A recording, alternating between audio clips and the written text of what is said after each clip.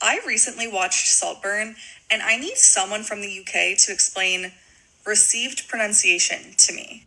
Because as an American watching the movie, I had no way of keying into the way. Do you know why it's called received pronunciation?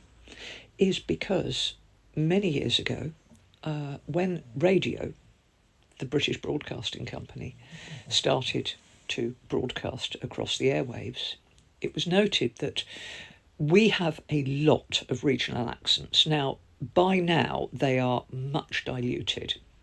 However, at the time, they were very, very strongly, even they would say you go 15 miles and the accent changes.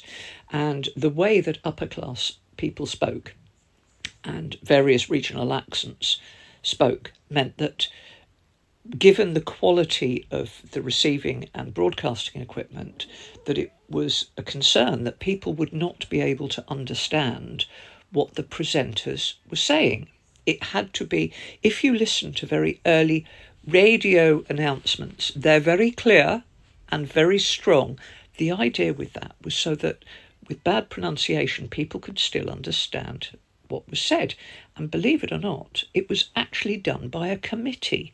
Now, obviously, the class system in Britain is strong, still is, but was much more so then. For example, upper class people did not say pyramid, they said pyramid. And there was a big argument as to whether or not BBC pronouncers should say pyramid, as good quality people would say, or pyramid, which was felt. So they went with the pronunciations that were felt to be more universal, so that anyone, anywhere in the country, would understand clearly what the producers were saying, because it was felt that radio was a way of pushing forward information. It was an educational thing. And if you listen to the way, for example, the Queen, listen to broadcasts from the Queen from when she very first came to the throne in the 50s, and listen to broadcasts from her later, her accent has changed. The way that people speak has indeed been modified by things like television and radio, because we copy what we hear. Regional accents are not as thick as they used to be, and RP, which is largely what I speak, is far more common. And it's just, like an accent.